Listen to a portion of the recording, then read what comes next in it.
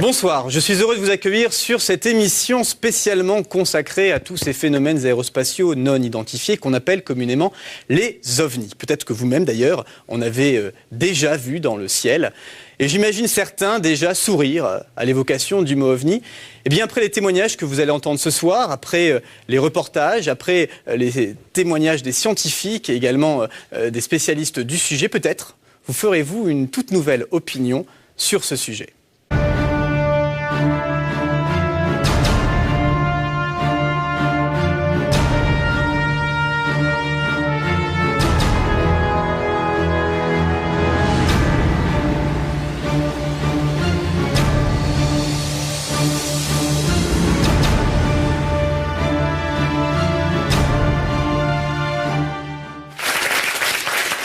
Bienvenue à tous sur Direct 8 pour cette grande soirée spéciale consacrée aux ovnis. Alors devant des milliers de témoignages recensés depuis plusieurs années, eh bien effectivement le sujet ovni, il fallait qu'on s'y intéresse et ce qu'on va faire de façon sérieuse au cours de cette émission. Avant de vous présenter les invités de ce soir, voici résumé en quelques images ce que vous allez voir au cours de cette soirée. Il serait des milliers dans le monde à avoir aperçu des ovnis dans le ciel. Vous entendrez les témoignages saisissants de pilotes et de militaires qui ont été confrontés à un tel phénomène. Certains ont accepté de témoigner pour la première fois sur notre plateau. L'étude scientifique des ovnis a-t-elle pu nous faire découvrir de nouvelles technologies? Des scientifiques de haut niveau nous feront part de leurs opinions. Comment se comportent les autorités face à la question ovni? En France, une lettre ouverte écrite par des spécialistes a été envoyée au gouvernement en avril 2008. Nous en parlerons. Depuis plus de 40 ans, les États-Unis refusent de s'exprimer sur le sujet ovni.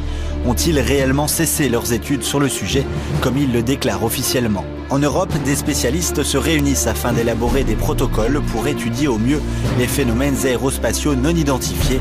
Ils nous expliqueront lesquels. Certains n'hésitent pas à tourner le sujet ovni au ridicule. Nous reviendrons sur l'affaire des lumières de Phoenix aux États-Unis et nous essaierons de comprendre pourquoi. Dans l'hypothèse d'un éventuel contact avec des extraterrestres, comment réagirions-nous? Des spécialistes de la question nous livreront leur analyse en fin d'émission. Alors les langues commenceraient-elles à se délier sur le sujet? Pour en parler avec nous ce soir, le scientifique Jean-Pierre Petit. Bonsoir. Vous êtes ancien directeur de recherche au CNRS, astrophysicien, auteur de plusieurs ouvrages, dont OVNI et armes secrètes américaines aux éditions Albin Michel. Et puis vous sortez votre dernier bébé, OVNI, le message, édité par vous-même très récemment. Quel message? On en parlera au cours de cette émission. Également avec nous, Jacques Crine. Bonsoir. Vous êtes colonel de réserve, dans votre carrière beaucoup d'activités, pilote de chasse dans l'armée de l'air, ancien leader solo de la patrouille de France, commandant de bord et instructeur sur Airbus, et vous cumulez plus de 18 500 heures de vol, et vous avez un témoignage très intéressant à nous livrer, on en parlera dans quelques instants. Daniel Michaud, bonsoir. Vous êtes pilote d'essai d'hélicoptère, chef de brigade vol à vue et vol aux instruments, et vous aussi. Vous avez été témoin d'un phénomène ovni qui restera gravé à jamais dans votre mémoire. C'était dans les années 70, début des années 70. Vous nous direz tout dans quelques instants. Gilles Pinon, bonsoir. Dois-je vous appeler contre-amiral? Ça ira? Non. Contre-amiral de réserve, en tout cas, c'est votre titre dans la marine. Spécialiste des ovnis, vous avez écrit plusieurs ouvrages à ce sujet. Il y a un an, vous avez envoyé une lettre ouverte au président de la République, Nicolas Sarkozy, sur le sujet. On en reparlera. Et enfin, avec nous, Patrice Desmazeries. Bonsoir. Vous êtes journaliste, réalisateur et vous avez enquêté durant environ un an sur le sujet OVNI et vous avez réalisé le documentaire OVNI Quand l'armée enquête, produit par TV Presse et diffusé sur Canal+ il y a un an. Et vous avez d'ailleurs filmé un phénomène justement aérospatial non identifié à Esdalen. On en reparlera au cours de cette émission. Alors avant d'écouter tout de suite les témoignages de deux grands personnages, Jacques Crine et Daniel Michaud tout de suite, je vous propose de découvrir, pour se plonger dans le sujet, ces quelques images. Dater le début des apparitions d'OVNI est un exercice périlleux. Mais les premiers cas qui ont été étudiés remonteraient au début du XXe siècle.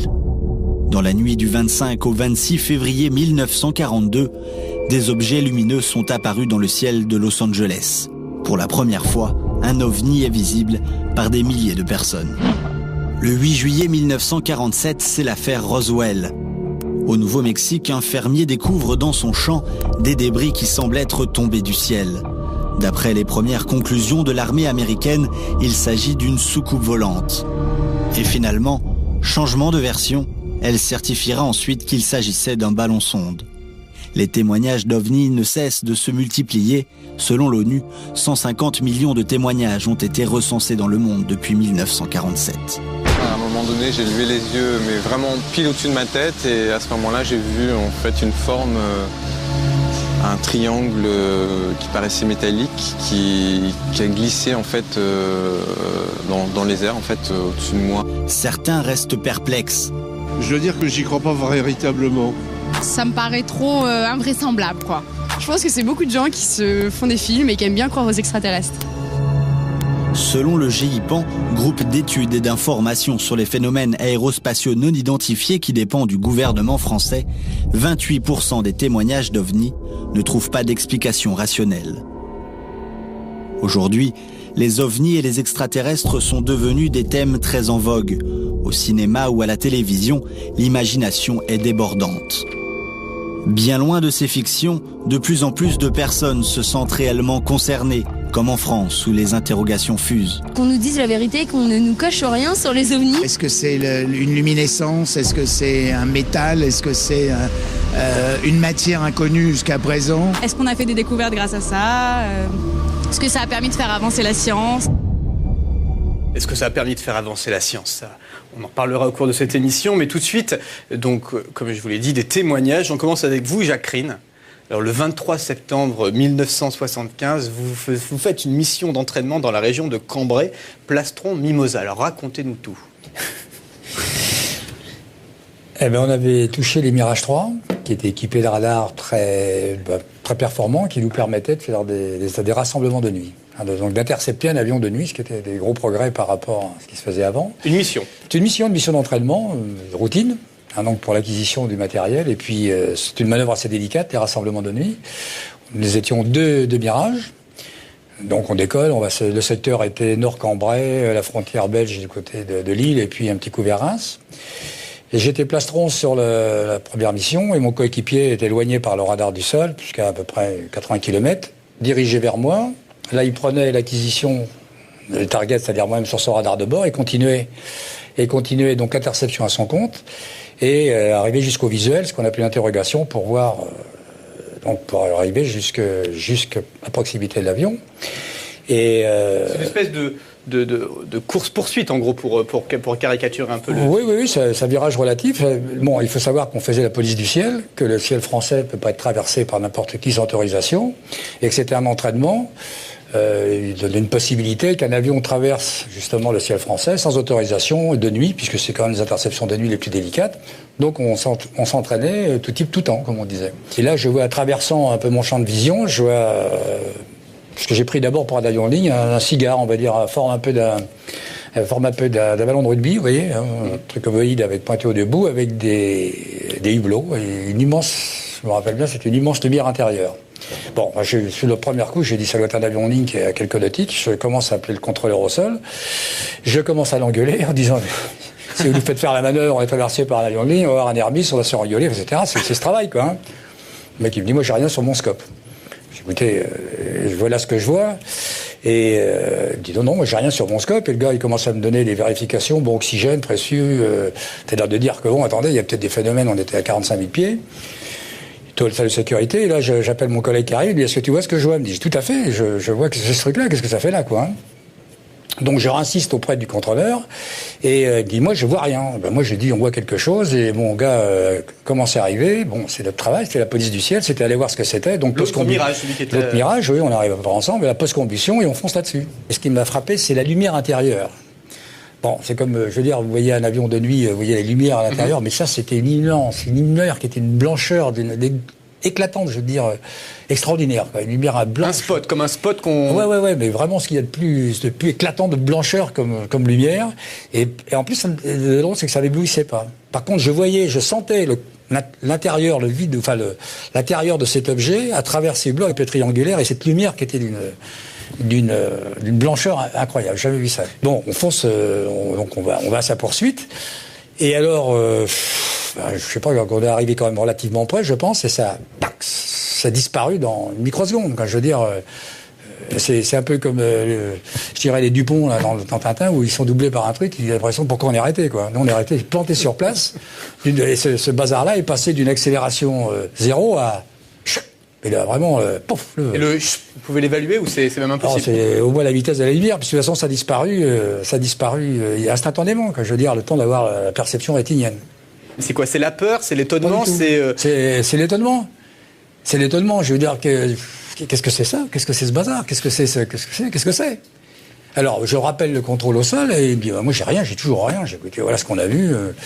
Bon, puis rien. On dit, bon, écoute, on va reprendre notre entraînement. Hein, ça coûte cher, les heures de mirage, donc on reprend l'entraînement. Là, c'est moi qui étais chasseur, je passais chasseur sur mon collègue qui était target. D'autres configurations, et pareil, j'arrivais à 15 nautiques à peu près, enfin, mettons 25 km du plastron, et tac, ce bazar-là réapparaît, entre nous deux. T'as l'air de dire, je vous observe, je suis avec vous les copains, vous voyez. Entre vous deux, donc vous poursuivez votre ami, votre collègue, oui. Et entre vous deux, l'objet arrive. Absolument, exactement dans une position d'observation. Un peu comme nous, ça nous est arrivé aussi de faire dans un combat de patrouille, de se mettre au-dessus, comme on dit, sur la perche, et puis de voir à gauche, à droite comment l'affaire se passait. Le sentiment qu'on avait, c'était pas menaçant, mais enfin, ça nous gênait quand même un peu. Alors je rappelle le contrôle, qui me dit, écoutez les gars, non, moi j'ai rien, j'ai pas de signature radar, je vous vois bien vous tous les deux, c'est bien votre manœuvre, etc. Bon, tu vois, visuel, post-combustion, boum, on repart encore plus rapidement, les avions un peu plus allégés, et le même phénomène se reproduit. Dès qu'on arrive à une distance assez proche, que peut-être l'objet s'entend menaçant, ça repart, je veux dire, salut les copains, et c'est-à-dire le temps de percevoir d'une manière rétinienne un éclair, quoi. Hein. Bon, et le phénomène s'est représenté une troisième fois. Ah, encore? Oui, donc on a vu, si vous voulez, le phénomène se reproduire 3 fois. On prenait à peu près 10 minutes entre chaque représentation. Et la poursuite, ça ne servait à rien. Je veux dire, dès qu'on arrivait, si vous voulez... Et 3 fois en combien de temps Bon, en 40 minutes, c'était à peu près l'émission qu'on faisait. Donc là, la première fois, vous ne savez pas trop ce que c'est. La deuxième fois, vous êtes sûr de l'avoir vu. Oui, et la troisième, il y a encore le cerveau, il travaille encore un peu plus. On est encore plus rapide pour lui courir aux fesses, puisque là, bon... on prend pas le temps de notifier, on le voit réapparaître, on le voit les pédards, quoi. Je veux dire, on est de l'un à l'autre, alors qu'on est quand même on est des vitesses légèrement transsoniques, on se balade quand même, quoi. Et vous certifiez que le comportement de cet objet volant non identifié était intelligent. C'était un comportement intelligent, on peut le définir comme ça. Si ça avait été un autre avion de chasse qui venait voir un peu, on peut dire que on a fait des missions où on va observer ce que font les autres. Bon, c'est des missions combinées, etc. Donc, les gens s'entraînent, il peut y avoir un combat aérien, on peut se mettre à l'observation, ce qu'on appelle sur la plage, pour voir comment ça se passe et restituer après. Donc, c'était une position comme ça. Le problème, c'est que d'abord, on n'était pas averti. Deuxièmement, ça apparaissait comme ça, mais au bon moment, au bon endroit, et ça disparaissait encore plus vite. Et ça ne correspondait évidemment à rien de ce qu'on connaît, d'évolution possible, de tout ce qu'on a pu créer de plus extraordinaire d'avions de chasse, que ce soit le Rafale ou n'importe quoi. C'était un peu votre boulot de savoir ce qui se passait dans le ciel et de reconnaître mais évidemment, tout ce qui pouvait c'était la guerre froide, c'est la fin de la guerre froide. Vous retournez donc sur le sol, et là c'est quoi? Vous décidez vous faites la carpe, on n'en parle à personne, on réfléchit 2-3 fois, quelle a été votre réaction? On était perplexes, t'as bien vu ce que j'ai vu, on a vraiment eu la même restitution de trajectoire, de position, etc. Et c'est vrai qu'à l'époque, on s'est dit, quand on était jeunes, on a dit, nous on aime bien voler, alors si on la ramène, ou on va chez le psy, ou on est au secret. Enfin, dans tous les cas, ça va être beaucoup d'ennuis, vu l'ambiance actuelle. Donc, si vous voulez, c'est une chose qu'on a gardée pour nous. Quand j'ai débriefé, quand on se posait, on débriefait le contrôleur. Le contrôleur a dit, on voyait que c'était un type qui avait, c'était pas son souci. Ce qu'il voulait, c'est 3 interceptions réussies.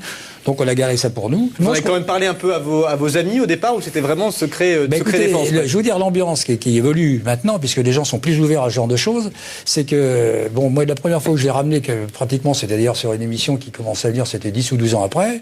Et c'est vrai que la réaction de mes proches, c'était de dire, mon colonel, vous avez filmé la moquette, quoi. C'était exactement ça. Et il y a toujours un fond de réaction comme ça, ce qui prédisposait pas les gens à raconter leurs observations, alors que des fois, en fin de soirée, quand l'ambiance est bonne, si la conversation liée là-dessus, il y a toujours quelqu'un qui dit, mais moi, j'ai quelque chose qui m'intrigue, j'ai vu ceci, cela. On va écouter dans quelques instants votre témoignage tout aussi saisissant, Daniel Michaud. Avant ça, Patrice Desmazeries, donc vous avez fait un peu le tour du monde, OVNI quand l'armée enquête, vous avez rencontré beaucoup de militaires. Est-ce que vous avez recueilli beaucoup de témoignages comme celui de Jacques Rine, pas seulement en France, mais outre-Atlantique, en Amérique du Sud ou ailleurs? Oui, des témoignages comme celui-là, on en trouve beaucoup, énormément, notamment en Amérique latine, où il y a aussi un groupe d'études qui s'est ouvert, soutenu par l'armée et qui travaille de manière officielle dessus. Donc c'est vrai que des témoignages de pilotes, il y en a énormément à travers le monde, quoi. Donc ça, c'est plus non plus tabou. Il y a des recherches qui sont faites aussi en Amérique du Sud. C'est assez récent. Quand vous êtes allé enquêter, ils ouvrent leurs archives. C'est facile ou il faut quand même pas exagérer? Pas à ce point-là. Je pense qu'en Amérique latine, il y a à peu près la même démarche que celle qui est établie en France actuellement. C'est-à-dire qu'en France, il y a le GEPAN qui est le groupe d'études des phénomènes aériens non identifiés. Phénomène, pourquoi on parle de phénomène plutôt que d'OVNI? C'est parce qu'on n'est pas sûr que ça soit solide, que ça soit des objets, et qu'il y a beaucoup de choses qui sont ou des rentrées dans l'atmosphère ou des phénomènes de type plasma qui sont des phénomènes physiques qui ne sont pas des objets solides. Donc voilà, c'est pour ça qu'on fait la différenciation entre phénomènes aériens non identifiés on appelle communément et les OVNI. Et les OVNI, voilà. Ouais. Alors, dans quelques instants, je vous dis, on va écouter votre témoignage, Daniel Michaud. Juste avant, on va revenir sur une période, le 10 août 1998, en France. Voilà ce qu'il s'est passé. Écoutez. Ce soir-là, dans un grand nombre de sites, simultanément ou quasi simultanément, en tout cas dans une période de 20 minutes environ, des centaines et des centaines de personnes font des observations de choses qui leur paraissent tout à fait incompréhensibles et qui passent dans le ciel. Vers-le-Grand, ça se situe dans la lointaine banlieue sud de Paris. Ça représente l'itinéraire que suivait ce soir-là une dame qui rentrait de son travail à Bondoufle et qui rentrait chez elle à Itteville. Elle jette un coup d'œil tout en ralentissant et voilà une représentation de ce qu'elle voit. Une sorte de cylindre noir ou très sombre, avec une extrémité en forme de tronc de cône, l'autre extrémité ayant probablement aussi cette forme de tronc de cône, mais elle n'en est pas certaine parce qu'elle n'arrivait pas à tourner suffisamment la tête pour observer l'objet comme il aurait fallu, tout en évitant les collisions avec les voitures qui venaient en face. Alors, un exemple parmi beaucoup d'autres. Ce soir-là, à la même heure, dans le sud de la Dordogne, dans un petit village qui s'appelle Vert de Biron, il y a deux témoins qui observent cette chose étrange qui a une certaine épaisseur, qui a une forme de triangle curviligne, avec des feux sur le côté. Sous cet objet, il y a ce que les témoins ont décrit comme un derrick inversé, tirant à son extrémité un tube lumineux, qui est malheureusement représenté en jaune ici, alors qu'en fait il était de couleur blanche.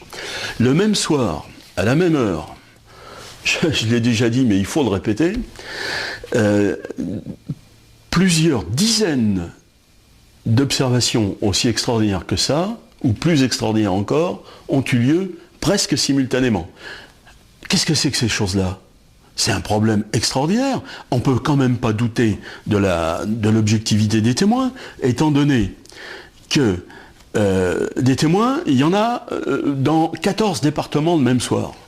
Eh bien, ça n'a donné lieu, à part ce que nous avons fait à la lumière dans la nuit, ça n'a donné lieu à aucune étude d'ensemble, à aucune synthèse de la question, et tout se passe comme s'il n'y avait rien eu. Les gens ignorent totalement, aujourd'hui, alors que nous sommes seulement 8 ans après, les gens ignorent que dans la soirée du 10 août 98, il y a eu une accumulation d'observations de choses complètement non identifiées et non identifiables. Alors voilà, on a un peu ce témoignage d'un monsieur qui a l'air sérieux, qui a recueilli tous ces différents témoignages dans 14 départements de la France. On entend à la fin qu'aucune étude n'a été faite. Gilles Pinon, justement, je me tourne vers vous, contre-amiral. Vous avez envoyé, il y a maintenant un an quasiment, une lettre ouverte au président de la République française, Nicolas Sarkozy, qui parle du sujet en mettant en garde sur certaines choses. Alors, ça arrive, on va dire, presque 10 ans après le premier rapport Cometa, qui était un rapport non officiel, qui avait été donné au gouvernement et qui faisait un peu état des lieux en disant voilà, c'est un phénomène à prendre au sérieux, il faut développer des moyens, etc., etc. Qu'est-ce que vous avez voulu dire il y a un an dans cette lettre que vous avez adressée au président de la République? Écoutez, avec quelques amis, nous avons fait le constat que le traitement réservé aux ovnis en France n'était pas à la hauteur de l'importance et de la gravité du sujet. Comme vous le rappeliez, une association, Cometa, à laquelle je n'appartiens pas, a, il y a 10 ans, remis un rapport au président de la République et au Premier ministre, soulignant l'urgence, ou en tout cas le grand intérêt de regarder d'un peu plus près cette affaire. Et nous avons réfléchi à la façon de débloquer cette situation. Alors, nous nous sommes rendus compte que finalement, tout le monde se tenait par la barbichette, que le monde politique, que le pouvoir politique attendait que le monde politique s'en émeuve, que le monde politique attendait la caution de la communauté scientifique, que la communauté scientifique attendait une mission de la part du pouvoir politique. C'est le serpent qui se mord la queue, quoi. C'est un serpent qui se mord la queue. Alors nous avons cherché le maillon faible et nous nous sommes dit que finalement, la meilleure façon peut-être de débloquer la situation, c'était de s'adresser au pouvoir politique. Et à ce moment-là seulement, la communauté scientifique, missionnée par le pouvoir politique, pourrait s'intéresser d'une façon sérieuse au sujet. Alors Dieu merci, il y a quelques scientifiques qui n'ont pas attendu la mission du pouvoir politique, mais il nous semble que le sujet est tellement important sur le plan stratégique, sur le plan scientifique, qu'il est nécessaire que, tôt ou tard, le pouvoir politique s'implique. D'où une lettre au président de la République, ouverte. Alors, lettre ouverte, on en reparlera dans quelques instants. Vous parlez d'un point de vue scientifique. Je me tourne sur le scientifique autour de cette table, Jean-Pierre Petit. Après, on a dit le rapport Cometa. Qu'est-ce qui a été fait concrètement d'un point de vue purement scientifique ces 30 dernières années? Je parle bien sûr en France. Moi, j'ai fait une série de publications scientifiques. Les 3 dernières, c'était au mois de septembre, c'est-à-dire dans un colloque international de magnéto-hydrodynamique où je suis allé, où on a présenté avec Geoffrey un travail. On a donc 3 articles. Ces articles il y en a un sur les aérodynes discoïdaux. Et je parle d'un point de vue plus général, d'un point de vue scientifique au niveau du gouvernement. On a parlé tout à l'heure du GIPAN, qui dépend du CNES. Il y a des témoignages qui sont recueillis. Il y a quand même quelques personnes qui y travaillent. Je peux vous répondre, parce que disons que je crois que c'est en 2005, j'ai eu Sillard au téléphone, et Sillard, c'est le créateur du GIPAN. Voilà, c'est ça. Et je l'ai trouvé tout à fait sincère, honnête, donc il a essayé de faire quelque chose, mais en fait, il y a des oppositions énormes à l'intérieur du CNES, énormes à l'intérieur du pouvoir politique, énormes à l'intérieur de l'armée. Par exemple, je crois que c'est vous, Pinot, qui m'avez parlé de ça. Comme État, il y a Letty et tous ces gens-là, ils ont essayé de faire quelque chose. Ils en ont pris plein le nez, quoi. Je veux dire que leur hiérarchie a désapprouvé leur initiative. D'ailleurs, vous parlez... Je suis désolé de ne pas les voir ici ce soir. Mais d'ailleurs, je les ai invités, mais ils n'ont pas accepté de venir, très clairement. L'idée, justement, c'est que quand on parle... Encore aujourd'hui, vous êtes un éminent scientifique, vous avez publié, je ne sais pas combien de revues, notamment sur la magnéto-hydrodynamique. Bon, bref, même vous êtes fait montrer du doigt, limite injurié quand vous parlez de ces phénomènes. Pourquoi? Mais c'est pas injurié, c'est crédit coupé pendant 30 ans. Et quand vous avez par exemple Bougnas, qui est biologiste, qui avait fait les analyses sur l'atterrissage de Trans-en-Provence, il en a parlé. Suppression de laboratoire, suppression de moyens de travail, plus rien. Il s'est retrouvé avec une chaise et un bureau, c'est tout. Alors moi, je pouvais travailler avec le papier-crayon, donc j'ai continué à me battre papier-crayon, parce que j'étais théoricien aussi. Bougnas, lui, il en est mort, on peut dire. Mais vraiment, on lui a tout enlevé. Tous ses moyens, tout son personnel. On sent bien une révolte dans ce que vous dites, malgré tout, vous continuez un petit peu à étudier. Mais ça s'appelle la chasse aux sorcières, c'est tout. Ouais. Et c'est dans le domaine partout. Par exemple, Letty aussi a une désapprobation de sa part de sa hiérarchie. Je rappelle que Général Letty, donc c'est celui qui a fait le rapport Cometa, qui en est président. Patrice Desmazeries. Non, simplement préciser que le CNES, quand même, avec le GIPAN, relève et, à travers avec l'aide de la gendarmerie aussi, essaye pour l'instant de relever tous les cas d'observation et le font de manière assez sérieuse quand même. Ça sert à rien. Par exemple, Patnais vient de donner une interview. Patnais, c'est le président du actuel. Oui. On va remettre. Alors, je rappelle juste évidemment que le CNES, donc c'est le Centre national des études spatiales, à l'intérieur duquel il y a une cellule qui s'appelle le GIPAN, le groupe d'études et d'informations sur les phénomènes aérospatiaux. presque non identifiés. Et donc voilà. Donc en gros, pour l'instant, ce qu'ils font, c'est quand même pas mal. Ils recueillent tous les témoignages. Mais non. Il y a Patnais actuellement, il est à la retraite depuis le mois de décembre. Il a un successeur qui n'a pas encore pris ses fonctions. Ils ont mis 60% des rapports de gendarmerie en ligne. Il n'y a rien dans ces rapports, strictement rien d'utilisable. Rien. L'OVNI venait de la gauche, il est allé à droite, Madame Machin a dit ceci et cela, et voilà. Et nous avons fait des cas. Il n'y a rien. Mais j'ai envie de dire d'un côté. C'est 30 ans de recueil de rien. Mais est-ce qu'on ne peut pas étudier justement ces.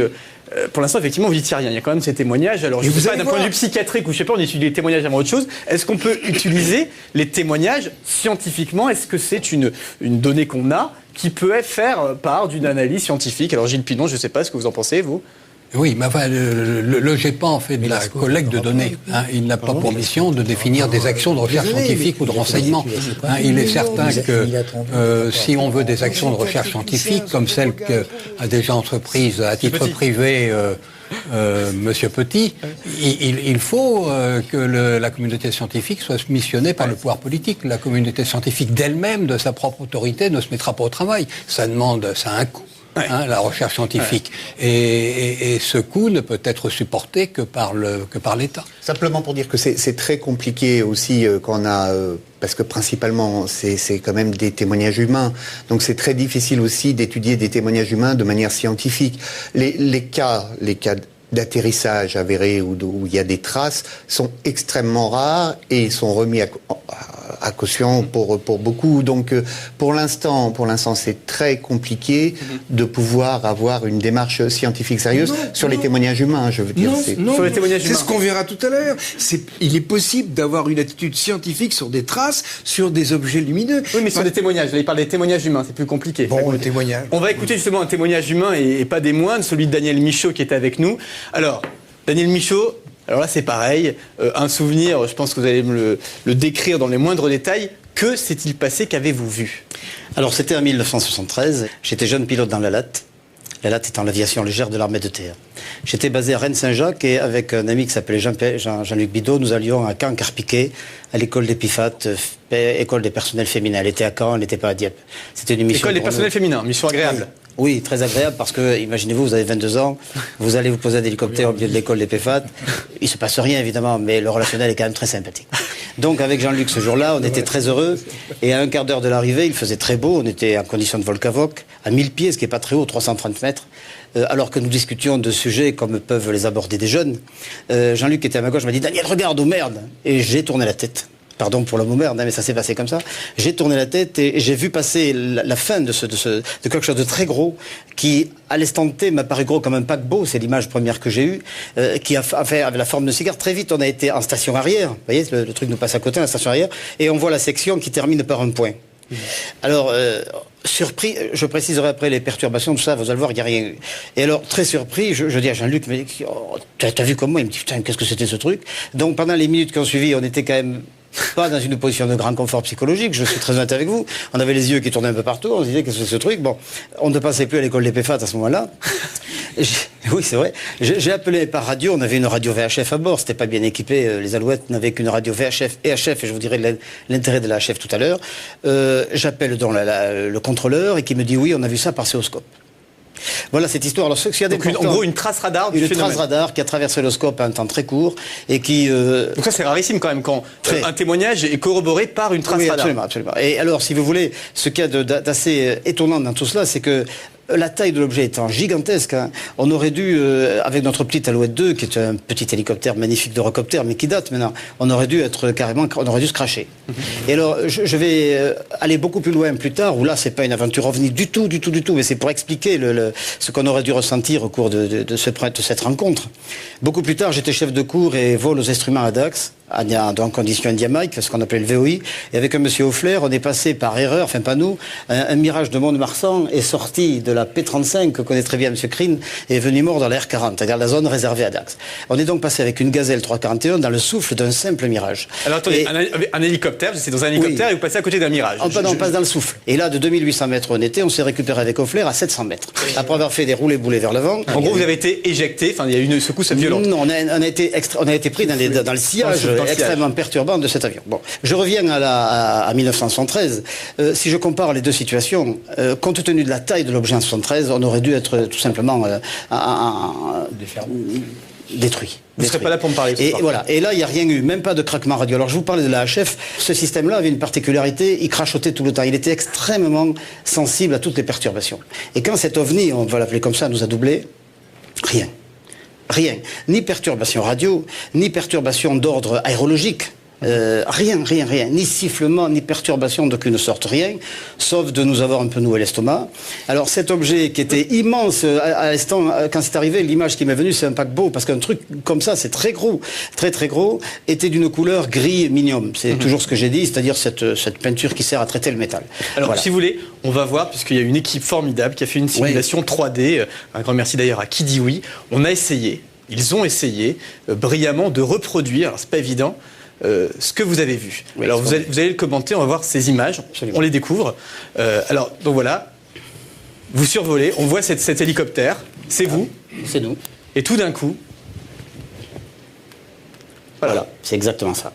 Donc on va le revoir sous différents plans, mais ça paraît hallucinant. Vous êtes, voilà, c'est ça. C'est effectivement, quand vous dites un paquebot, ça semble... C'est à peu près la durée d'observation, en gros une seconde à peu près. On voit la différence, donc vous êtes le point rouge et c'est l'OVNI en fait. Alors l'ombre par contre, ça je ne sais pas, j'ai jamais parlé de ça, je pense que c'est le monsieur qui l'a mise. Je me suis souvent posé la question de me dire mais comment ça se fait que plein de personnes ne l'aient pas vu au sol ? Parce qu'un engin pareil.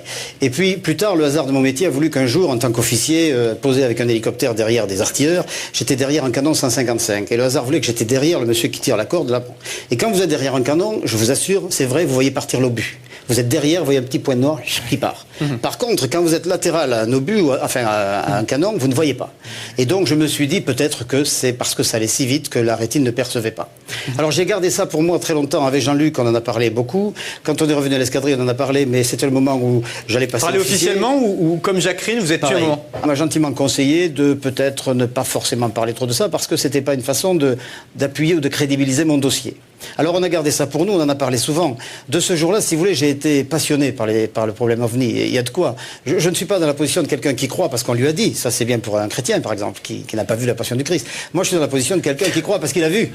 C'est très difficile à ce partir de là de l'ignorer. Alors ensuite, mais vous croyez, quand vous dites vous croyez, là aujourd'hui effectivement vous avez vu vous croyez à quoi, j'ai envie de vous dire ? Eh ben je crois à ce que j'ai vu. Voilà, je ne peux pas donner d'explication. À mon modeste niveau, je pense que le développement technologique de la race humaine ne permet pas de faire quelque chose comme ça. Ou si c'était aussi gros, ça irait pas aussi vite. Et si ça allait aussi vite, il y aurait des perturbations aérologiques extraordinaires.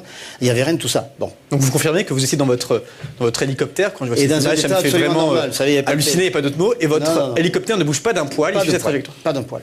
C'est quelque chose d'incroyable, pas d'un poil, aucune perturbation. C'est pour ça que je vous ai donné l'exemple tout à l'heure vécu beaucoup plus tard. Alors j'imagine que ça allait à la vitesse subsonique, n'en parlons pas, c'est-à-dire au-dessus de la vitesse du son. Normalement, il y a un espèce de bang. Très vite. Ça, aujourd'hui, Jean-Pierre Petit, scientifique, ancien directeur de recherche au CNRS, astrophysicien, ce qu'on vient de décrire, ce que Daniel Michaud vient de décrire, aujourd'hui, avec les connaissances actuelles d'un point de vue scientifique, ce phénomène est irréalisable sur Terre aujourd'hui ? Mais écoutez, ça a été le point de départ de mes recherches. C'est-à-dire que vous disiez, par exemple, qu'est-ce qu'on peut tirer d'un témoignage ? Il y a des gens qui ont dit, j'ai vu passer ça derrière le clocher devant la montagne et ça a duré 1 seconde et demie. Bon, ça devait aller à 4000 km/h. Il n'y a pas eu de bang. Donc, question pour un scientifique, est-il possible de voler à une vitesse pareille sans faire de bang ? C'est la question que je me suis posée. J'ai travaillé 30 ans dessus, j'ai dirigé une thèse de doctorat, j'ai publié des tas de travaux là-dessus. Bon, c'est sûr qu'il y aurait des expériences à faire. Mais moi, ma conviction est faite, mais les publications scientifiques sont faites. Technologiquement, on saurait faire ça. Alors, mais essayez de me répondre à ma question. Ça, aujourd'hui, donc après vos recherches, vos 30 années de recherche, est-ce que ce phénomène, aujourd'hui, en France, aux États-Unis, en Russie, je ne sais pas où, est-ce que c'est possible aujourd'hui? Moi, je pense que oui. Mais disons, par rapport à ce que racontait Michaud, arriver à faire passer un truc de la taille d'un dirigeable à 9 km/h, je ne suis pas sûr. Mais par contre, il y a des témoignages où des gens voient passer des choses à vitesse supersonique et ils n'entendent rien. Ça, c'est faisable. D'accord. Mais ce témoignage de Daniel Michaud, justement, ça paraît encore, a priori... mais écoutez, on ne peut pas tout expliquer d'un coup, je veux dire. Parce que là, bon, on en revient, c'est qu'effectivement, le son, oui, mais l'onde de choc, non. Et si Normalement, un objet avec un volume pareil en supersonique, ça vous balance une onde de choc, c'est pire qu'une déferlante en bateau dans la mer. Ça effondre les toits. Oui, exactement. Vous savez, vous avez une différence de pression atmosphérique, les cardiaques meurent, les maisons s'écroulent et les cheminots aussi. Et lui, il aurait fait une série de voltiges extraordinaires, qu'il aurait été pulvérisé. Quoi, je veux dire. Déjà, quand vous passez dans le sous d'un Reiter, c'est redoutable. Mais il y a des gens qui sont passés dans l'onde de choc en basse altitude d'un avion de chasse en supersonique en basse altitude. Je peux vous dire que ça vous en souvenez longtemps. Donc en gros, voilà, ce que vous avez vécu ne peut pas être ce que vous décrivez, vous, en tout cas, Jacques Rine, c'est-à-dire une chose subsonique qu'on connaîtrait aujourd'hui. Surtout que la valeur de l'onde de choc, c'est la valeur du volume. Alors, je veux dire que là, ça aurait dû perturber tout le département. Là. Absolument. Alors, on va parler, bien sûr, aussi des États-Unis. Alors, on entend beaucoup de choses sur les États-Unis. Sont-ils en avance largement sur nous, sur le phénomène? Jean-Pierre Petit, vous avez écrit « OVNI et armes secrètes américaines, l'extraordinaire témoignage d'un scientifique » aux éditions Albin Michel. Là, quand on lit ça... En 2003, donc il y a maintenant 6 ans. Quand on lit ce livre, il y a des révélations absolument extraordinaires. Alors, on va en parler dans quelques instants, si vous voulez bien. Avant ça, Patrice Mazret, je me tourne vers vous. Pareil, vous avez enquêté pendant un an quasiment sur le sujet. Vous êtes allé... Un an sur les États-Unis, mais... Sur le sujet OVNI, je parle bien sûr. Vous êtes allé aux États-Unis. On va voir quelques images et vous allez nous dire si les portes étaient si faciles à ouvrir. On regarde justement un extrait de votre documentaire OVNI, Quand l'armée enquête, pour savoir si les États-Unis étaient de tout temps, aussi fermés à parler de ce sujet. Regardez. 1952 à Washington. Les écrans radars signalent soudain la présence d'objets volants non identifiés. Les objets se déplacent à environ 200 km/h, puis ils accélèrent brusquement jusqu'à 12 000 km/h. Ils effectuent des arrêts soudains et des virages à 90 degrés. Ils sont poursuivis par les avions de l'US Air Force. Mais à chaque fois que les avions s'approchent des ovnis, ils disparaissent des écrans radars, puis ils réapparaissent.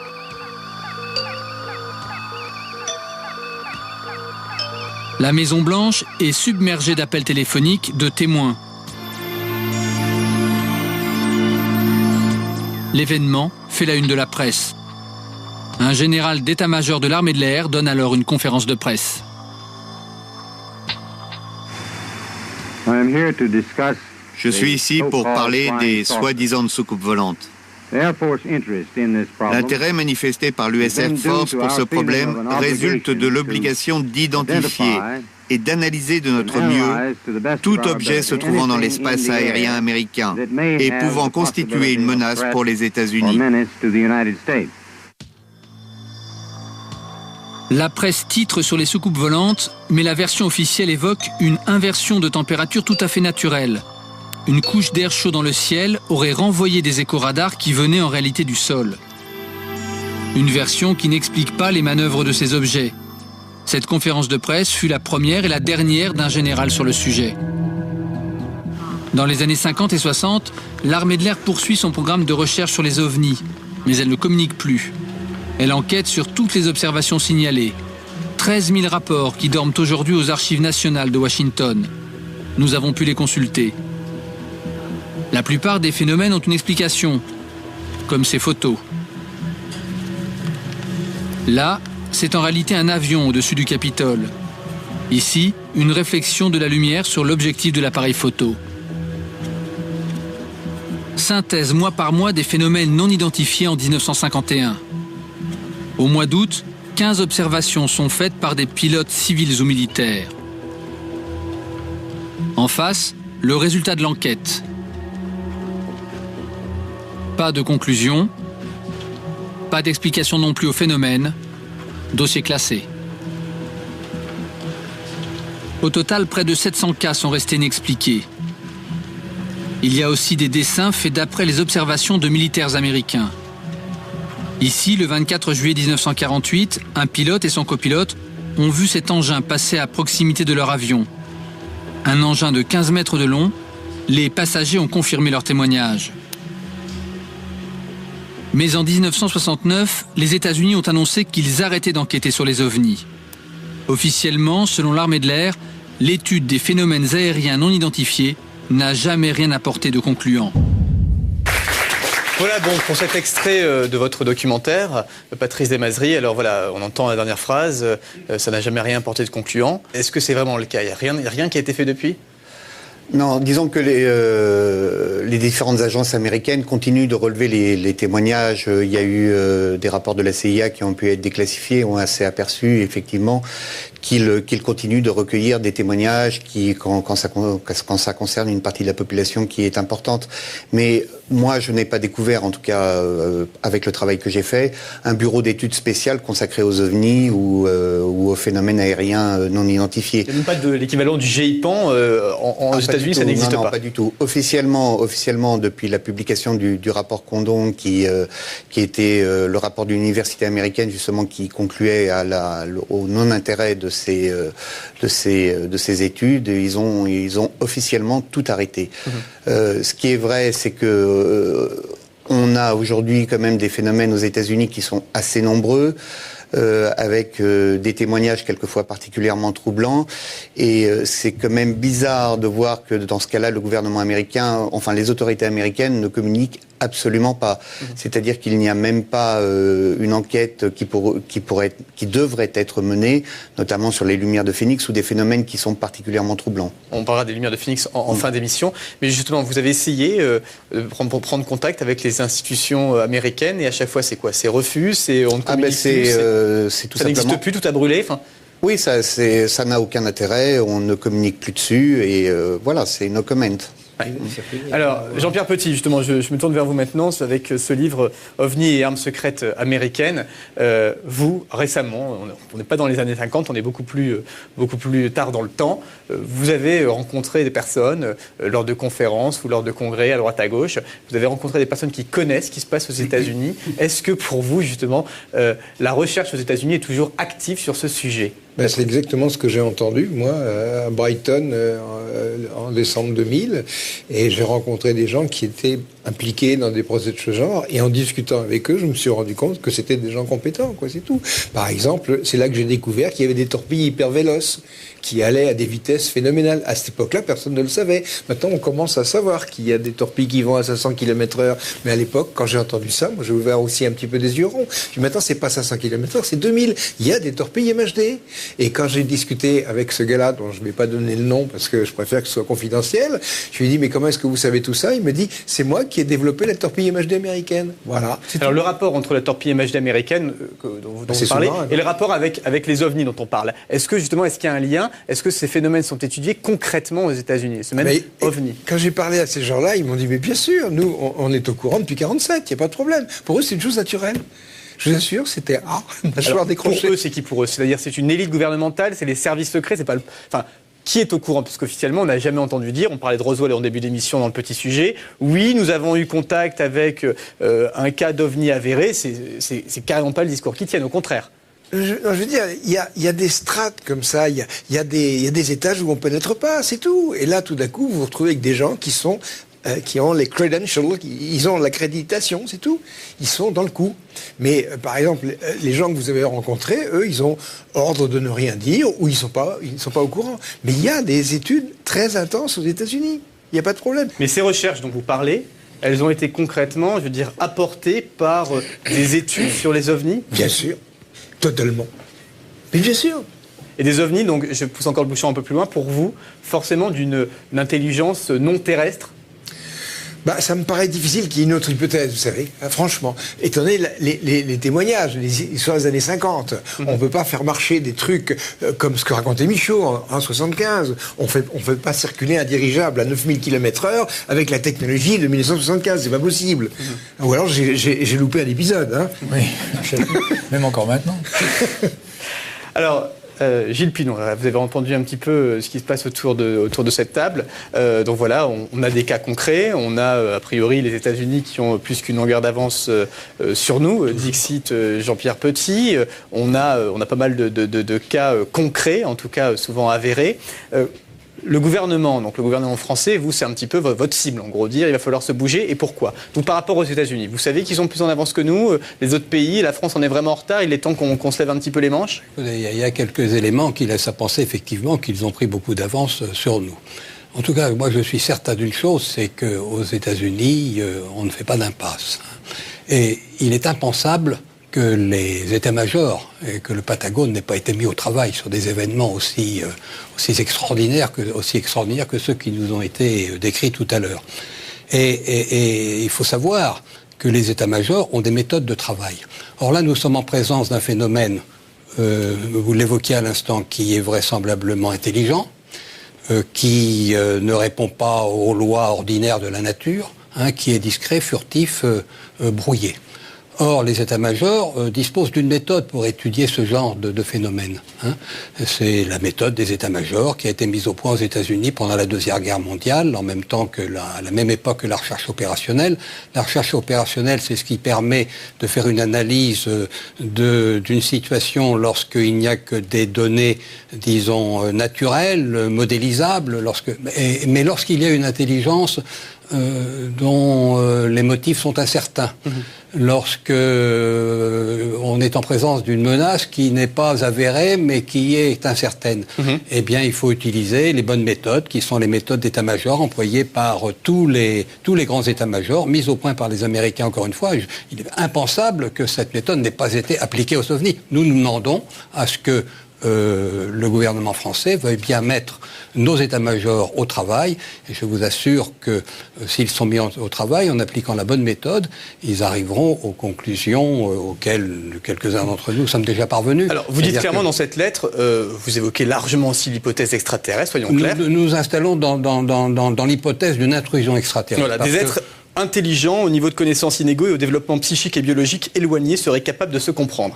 C'est ce que dit dans la lettre. Donc, en gros, quand vous envoyez cette lettre au gouvernement il y a 1 an, aujourd'hui, réponse ou bilan, il y a eu des... Alors nous avons reçu des réponses fort aimables mais très évasives et de la part du cabinet du président de la République qui nous dit que la lettre a été transmise au ministre de la Recherche. Le Premier ministre nous a répondu que lui aussi transmettait la lettre au ministre de la Recherche et le ministre de la Recherche, enfin son cabinet, nous a répondu qu'il ne manquerait pas d'en tenir compte et de lancer les bonnes études. Nous demandons une étude exhaustive sur le phénomène, sur une intrusion, sur une intrusion extraterrestre.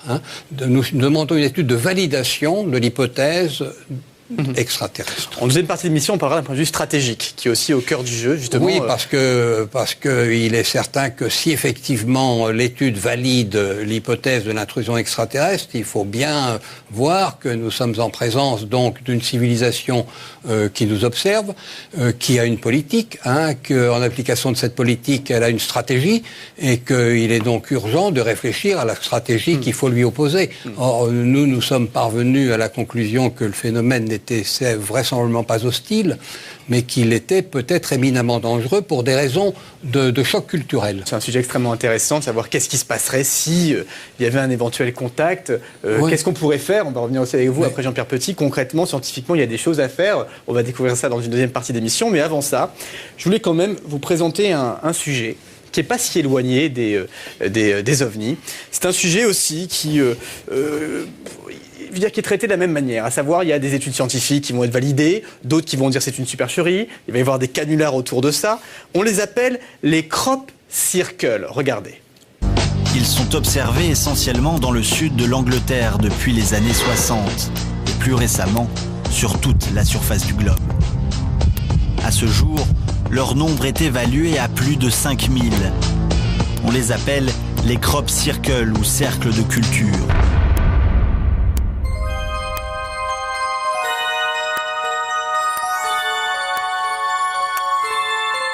Si on en croit les sceptiques, un nombre croissant de personnes passeraient des nuits blanches à réaliser ces œuvres d'art. Pourtant, pour les dessins les plus compliqués, les scientifiques sont perplexes et ont de plus en plus de mal à attribuer ce phénomène à quelques faucheurs farceurs. La chercheuse Lucy Pringle a rassemblé une impressionnante base de données de ce phénomène mystérieux. En observant ces dessins de près, un certain nombre d'éléments restent inexpliqués. Les épis de blé ne sont pas coupés, mais pliés en forme de spirale comme écrasés par un tourbillon. Les tiges ont subi des malformations tout à fait troublantes. Et surtout, certains dessins récemment découverts présentent une structure mathématique extrêmement complexe, impossible à réaliser en une nuit dans l'obscurité. Le mystère de l'origine de certains crop circles est-il si éloigné de celui des ovnis ? Voilà, le mystère de l'origine de ces crop circles. Alors évidemment, on pourrait faire une émission entièrement consacrée à ce sujet. On ne va pas en parler pendant des heures. Malgré tout, quelle est votre réaction à vous, messieurs, par rapport à ça, Jean-Pierre Petit? Moi, je vais donner une réaction. Je me rappelle, en 91, j'étais passé une émission de télévision sur la 5, et il y avait un spécialiste des effets spéciaux qui me disait, vous savez, des ovnis, je vous réalise ça quand vous voulez. Bon, peut-être qu'on peut faire des faux crop circles. C'est sûr, il y a des faux. Il y a même des... C'est sur Internet avec création de crop circles. Voilà, il y a des films là-dessus. Maintenant, je dis à ce type-là, ne me dites pas qu'on peut faire marcher un objet matériel à vitesse supersonique sans faire de borne, parce que ça, c'est pas un effet spécial, c'est de la physique, c'est pas pareil. Ce qui est le cas aussi, quand on voit des dessins très compliqués, c'est très facile de déstabiliser. Je veux dire que vous tournez certaines observations ou certaines choses comme ça, vous pouvez les réaliser, vous le tournez en canular, en disant, vous voyez, moi je vous fais balancer un ballon, vous voyez, l'ovni que vous avez vu, c'était le lampadaire. Je veux dire, c'est ça, c'est un peu le problème du phénomène ovni, comme si c'est non identifié. On peut très bien reproduire tout ce qu'on veut, qui ressemble. Donc c'est très déstabilisant, je veux dire. En gros, c'est l'être humain qui auto-ridiculise, absolument. Et qui parce qu'il y a un moment, ça devient un phénomène de croyance. Alors vous avez un côté, vous avez une intelligence logique rare qui va vous déstabiliser ça avec d'autant plus, on met beaucoup plus d'énergie, si vous voulez, dans la destruction d'une chose que dans l'information de. Et Seval va vous expliquer ça. Il va vous expliquer pourquoi. Parce que les gens ont peur. Ils veulent exorciser leur peur, c'est tout. Justement, merci beaucoup Jean-Pierre Petit, vous faites parfaitement la transition avec cette deuxième partie d'émission. Juste le temps de remercier, puisqu'il faut laisser malgré tout de la place sur ce plateau, Monsieur Daniel Michaud, merci beaucoup d'avoir été avec nous, d'avoir apporté ce témoignage. Et d'ailleurs, vous le dites en rigolant, vous n'avez rien à vendre, vous êtes juste là pour apporter un témoignage, pour essayer de faire un peu avancer le schmilblick. Merci beaucoup d'avoir été avec nous. On se retrouve après une courte pause. En Europe, des spécialistes se réunissent afin d'élaborer des protocoles pour étudier au mieux les phénomènes aérospatiaux non identifiés. Ils nous expliqueront lesquels. Certains n'hésitent pas à tourner le sujet ovni au ridicule. Nous reviendrons sur l'affaire des lumières de Phoenix aux États-Unis et nous essaierons de comprendre pourquoi. Dans l'hypothèse d'un éventuel contact avec des extraterrestres, comment réagirions-nous? Des spécialistes de la question nous livreront leur analyse en fin d'émission. Bienvenue sur cette grande soirée spéciale OVNI pour ceux qui nous rejoignent. Et nous accueillons nos nouveaux invités. Christelle Seval, bonsoir. Vous êtes ingénieur et vous avez écrit alors un nombre incalculable de livres sur le sujet OVNI, le plan pour sauver la Terre, les extraterrestres et l'avenir de l'humanité, et plus récemment Contact et Impact, et encore même un roman là dernièrement tout nouveau venu, Backdoor, sur le sujet que j'ai dans les mains actuellement. Avec vous, on va voir l'aspect un peu psychologique, on en parlait en première partie d'émission dans quelques instants. Julien Geffray également. Bonsoir. Bonsoir. Un peu de jeunesse dans ce plateau, vous m'en voulez pas messieurs si je dis ça, mais il y a des gens jeunes qui s'intéressent également au sujet OVNI. Vous avez fondé l'association UFO-Science. C'est ça. Quelle est un peu cette association UFO-Science en deux mots? La question qu'on s'est posée, c'est est-ce que ce phénomène mérite une approche scientifique? Et on est parti avec Jean-Pierre Petit d'un constat, en fait, c'est qu'il y a d'un côté des services officiels comme le GEPAN, CNES, qui ne font que collecter des données. On en a parlé. Et de l'autre côté, il y a quelques scientifiques. Qui ont des idées et qui n'ont pas eu de crédit alors qu'ils étaient en place dans l'establishment. Et on s'est dit, est-ce qu'on peut faire quelque chose aujourd'hui? Jean-Pierre Petit, lui, il avait essayé il y a 20 ans de lancer une association, mais il n'y avait pas Internet. Et la grosse nouveauté aujourd'hui, c'est qu'il y a Internet. Et les gens peuvent être mis au courant en dehors des médias traditionnels. Et donc on a fait l'essai et on a fait un appel à dons et ça a marché. C'est-à-dire que vous avez collecté des fonds, mais pour faire une étude scientifique du sujet. C'est-à-dire que pour démarcher, pour étudier scientifiquement ce phénomène, parce qu'il y a des prises scientifiques sur ce phénomène. En fait. Alors lesquelles, on va les voir dans quelques instants. Je représente rapidement pour ceux qui nous rejoignent les invités qui étaient là depuis le début de cette émission. Donc on parlait de vous à l'instant, Jean-Pierre Petit, vous êtes ancien directeur de recherche au CNRS, astrophysicien et auteur de plusieurs livres, dont le dernier OVNI, Le Message. Jacques Rime, toujours avec nous. Remarquable avec ses moustaches, colonel de réserve dans votre carrière, beaucoup d'activités, dont pilote de chasse, ancien leader de la patrouille de France, solo. Je précise, solo. Ah, vous aimez ce mot, solo. Commandant de bord et instructeur sur Airbus. Et puis également avec nous depuis le début de l'émission, Gilles Pinon. Contre-amiral de réserve dans la marine, spécialiste des ovnis. Et enfin, Patrice Desmazeries, journaliste réalisateur. Vous avez notamment réalisé le très bon film OVNI quand l'armée enquête, produit par TV Presse. Alors justement, on parlait de science, ça tombe bien. Julien Geffray, vous nous disiez qu'il y avait des choses à faire, des petites choses à faire. Vous nous avez même donné des documents. Concrètement, aujourd'hui, est-ce qu'il y a des choses abordables scientifiquement qui peuvent être mises en œuvre pour aider simplement le corps scientifique à mettre en évidence ces ovnis? Tout à fait. D'abord, il y a quelque chose qui avait été démontré déjà dans les années 80, au tout début des années 80, c'est que quand il y a un phénomène anormal qui atterrit quelque part, il y a une modification biochimique profonde dans les végétaux. Et ça a été démontré scientifiquement par Michel Bounias en 1981. Et donc, où les végétaux avaient été prélevés et analysés en laboratoire. C'est-à-dire concrètement, c'est quand un objet volant non identifié se pose quelque part, il faut étudier les traces. Il faut étudier les traces au sol qui sont visibles et les traces invisibles qui sont dans les végétaux au niveau composition chimique des végétaux. Et Michel Bounias a démontré qu'il y avait une modification chimique profonde dans les végétaux et qu'en plus, c'était un phénomène radiatif qui disparaissait très vite avec la distance. Excusez-moi Julien, mais ça a l'air, j'allais dire, évident. Enfin, si vous dites qu'il faut faire ça, c'est qu'aujourd'hui... Non, c'est que ça a été fait une première fois, et il y a eu un deuxième cas quelques années plus tard, et cette fois, ça a été complètement raté. C'est-à-dire que les gendarmes qui sont chargés de ce type d'enquête sont arrivés sur le terrain et ont coupé les plantes au ciseau, les ont enfermées dans des sachets plastiques hermétiques, et on mis ça dans le bac à légumes de la brigade. D'accord. Voilà. Et donc, le temps que ça arrive au labo, les échantillons étaient pourris. Ah oui, d'accord. Donc, il y a le deuxième cas qui aurait pu confirmer le premier en 81, et il n'a pas été concluant à cause de ça. Donc, il manque en fait des équipes dédiées, spécialisées, pour étudier ce phénomène in situ, faire les prélèvements adéquats et les analyses ensuite. Justement, vous nous avez confié une petite vidéo qui est une simulation, tout simplement, de ce qu'il faudrait faire. On la découvre et on en parle après. Regardez. Un objet volant non identifié aurait atterri, laissant une trace visible sur le sol. Suite à une enquête préalable corroborant le sérieux du témoignage, une équipe d'intervention spécialisée est dépêchée sur le terrain. L'équipe procède en premier lieu au balisage de la zone. Une balise par mètre est placée sur chacun des axes gradués. L'acidité du sol est mesurée, la terre est prélevée et les végétaux sont coupés puis enfermés dans des sachets hermétiques numérotés. Ils sont alors conservés dans de la glace carbonique à moins 80 degrés. À cette température très basse, leur métabolisme est totalement stoppé. Les échantillons ainsi conservés sont transportés jusqu'au laboratoire d'analyse qui déterminera l'origine du phénomène. Alors voilà, petite simulation. Qu'est-ce qu'il faudrait faire, en fait, tout simplement, pour faire fonctionner ce protocole, concrètement? Après, il y a le circuit de l'information. Ça arrive plus souvent qu'on croit, mais les gens ne parlent pas forcément. Il y a la peur du ridicule. Mais bon, qui contacter quand on voit ça? Normalement, il faut contacter la gendarmerie.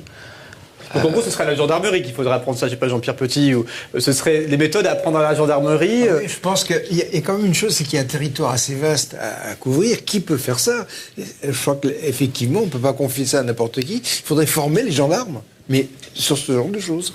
Par exemple, pour qu'ils comprennent qu'il faut conserver ça à moins 80 degrés et pas dans un bac à légumes. Donc il faut leur expliquer.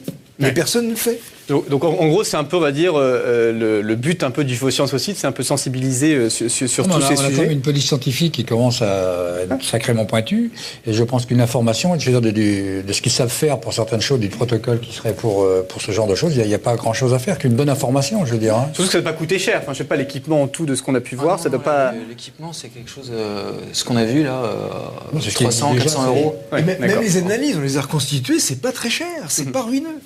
Et alors, il va vous parler aussi de alors voilà.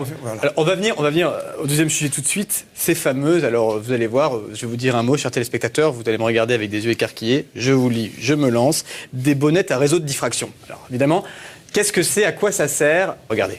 Une lumière étrange est observée dans le ciel nocturne. Il existe un unique moyen de déterminer la nature d'une telle source.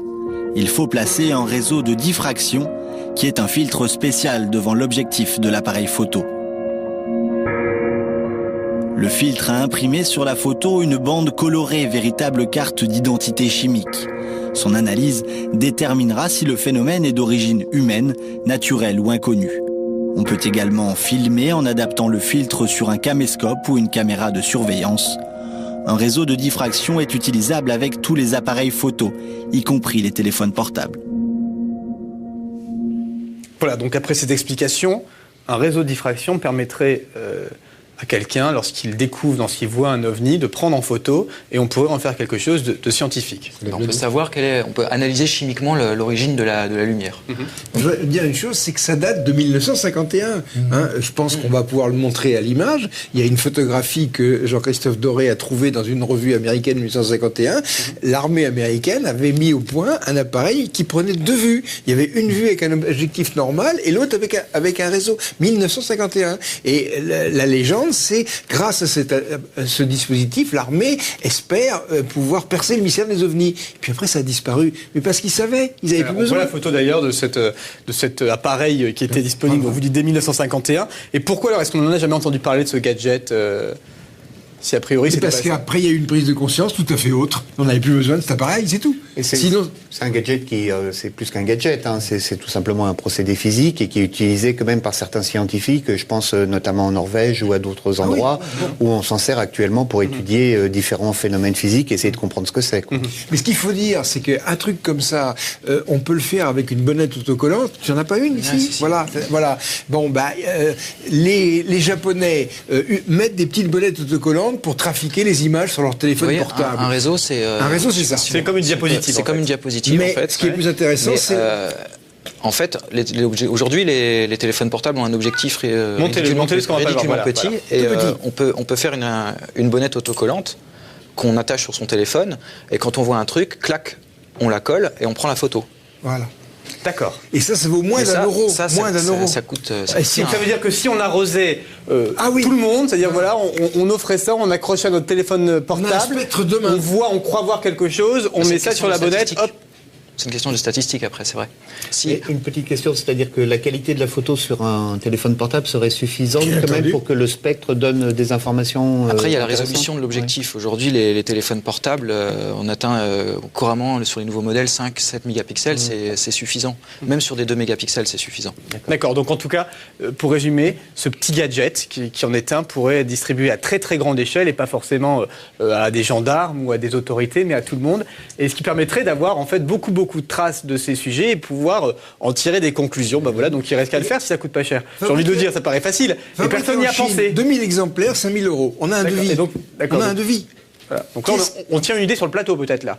Il va falloir, s'il y a un fabricant qui nous regarde... S'il y a quelqu'un qui a envie de sponsoriser ça, sinon on va être obligé de le faire. Alors, ce sujet malgré tout sur ces réseaux de diffraction, on va en parler avec vous, Patrice Desmazeries, puisque votre enquête vous a mené également en Norvège, à Esdalen, dans un village où il se passe beaucoup de choses, beaucoup en tout cas d'observations ont été faites. Et je pense que là, vous avez été clairement bluffé, il n'y a pas d'autre mot, puisque votre caméra, votre équipe, c'est vous qui avez filmé même, je crois. Oui, tout à fait, c'est moi qui filmais, oui. D'accord. J'ai été bluffé, mais je tiens à préciser quand même que moi, je suis assez sceptique de nature, donc on va sur des phénomènes de type lumineux qui ne sont pas encore expliqués aujourd'hui, mais qui ne sont pas forcément de type intelligence extraterrestre. Donc je tenais quand même à préciser que sur Esdalen, on n'a pas d'éléments de preuve concrets.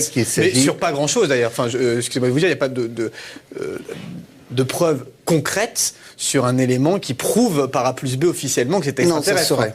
Voilà, je veux dire, ça serait, évidemment. On ne ferait même pas d'émission comme ça, on parlerait d'autre chose. Alors, on va voir justement un extrait de ce film documentaire que vous avez réalisé à Esdalen. Regardez. Esdalen, un petit village de quelques centaines d'habitants, perdu au milieu de la campagne norvégienne. Ce village, cerné par les montagnes, intrigue les scientifiques de toute l'Europe. Depuis des années, les habitants sont témoins d'étranges apparitions. 4 décembre 1999, voici le lieu de jour, et le voici filmé à 17h20 de nuit.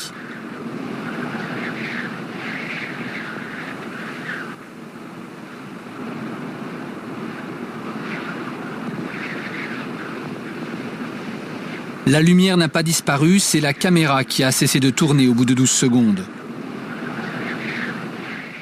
Nous avons agrandi l'image. Cette lumière qui traverse le champ de la caméra fait partie des phénomènes d'Esdalen, comme les ont plusieurs fois photographiés les scientifiques. Nous décidons de passer la nuit dans la montagne. Nous retrouvons un groupe d'étudiants et de lycéens qui part en observation. Dans cette zone, il y a eu beaucoup d'observations au-dessus de ces montagnes.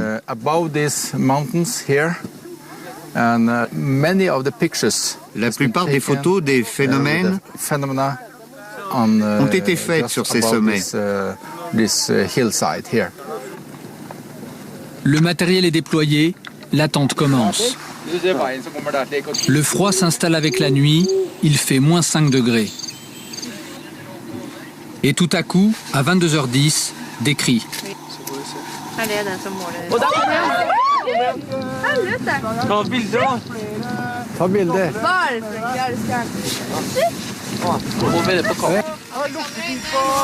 Nous avons ralenti l'image.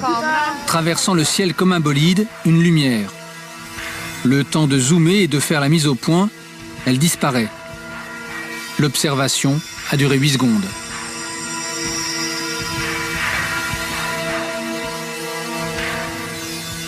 Voici la même image agrandie. Le lendemain, séance de débriefing au PC. Une photo de ce que nous avons vu pendant la nuit a été prise. C'est la photo la plus fantastique que nous ayons jamais prise.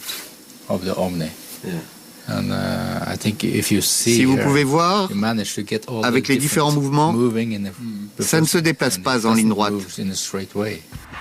Le temps de pause est de 30 secondes, ce qui donne cette traînée lumineuse, qui est en réalité le déplacement de la lumière. Mais ce qui intéresse le plus les scientifiques, c'est cet arc-en-ciel en bas de la photo.